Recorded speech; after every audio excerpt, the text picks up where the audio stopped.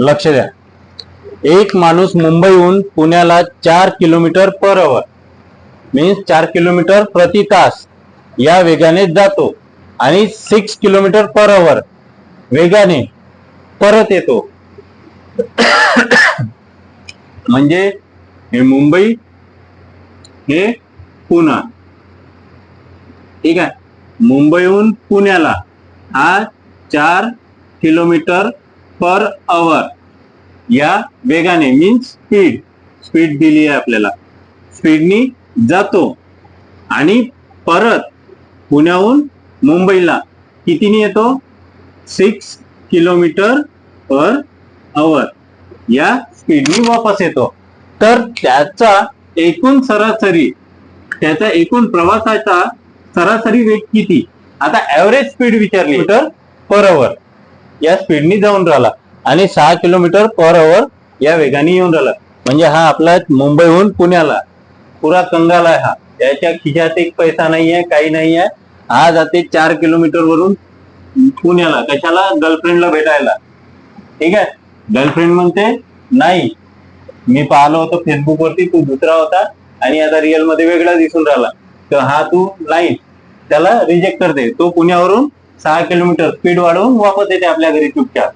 ठीक आहे. तो एक वेगळा विषय आपला. बघा आता आपल्याला काय विचारलाय, प्रवासाची सरासरी वेग.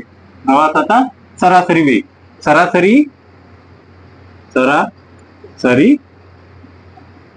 वेग. ठीक आहे. सरासरी वेग that is average speed. Average speed, average speed आता काढायची असली, 2 दिले आहे आपल्याला, 1 आणि 2 वेगवेगळी स्पीड दिली आहे. तर दोन वेगवेगळ्या स्पीड दिल्या असेल तर त्यासाठी फॉर्म्युला आहे 2 into xy divided by x plus y. x means एक स्पीड आणि y मीन्स दुसरी स्पीड.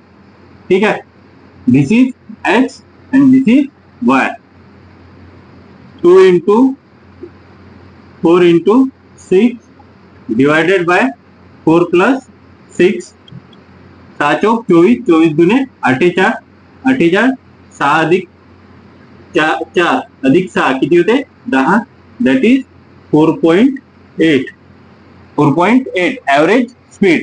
आता ऑप्शन मध्ये आपल्याला काय 4.8. ठीक आहे.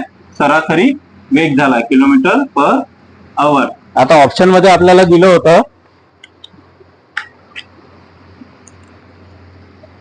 सॉरी इथे ऑप्शन लिहायचं राहिलं. ऑप्शन मध्ये पहिलं दिलं होतं आपल्याला 4.8 किलोमीटर पर आवर. सेकंड दिलं होतं 5 kilometre per hour.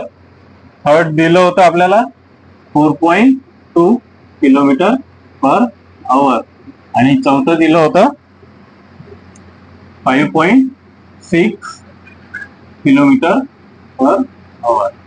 So 4.8 kilometre per hour. ठीक आहे. आता दोन गाड्यांसाठी हा फॉर्म्युला, 3 गाड्या असल्या हा दोन स्पीड साठी 2 स्पीड. ठीक आहे. एक x आहे आणि दुसरी y आहे. जर 3 वेगवेगळ्या स्पीड असेल आपल्याकडे, 3 स्पीड, ठीक आहे, तर त्याचा ऍव्हरेज स्पीड कशी काढायची. ऍव्हरेज स्पीड बरोबर 3.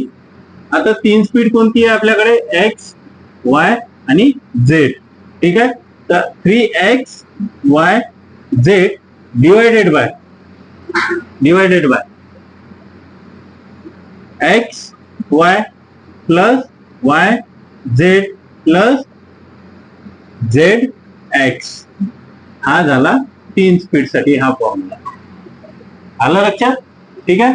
आता आपल्याला 2 दिल्या होत्या म्हणून x plus twice xy divided by x plus y आणि 3 जर दिला असला तर हा फॉर्म्युला यूज करायचा.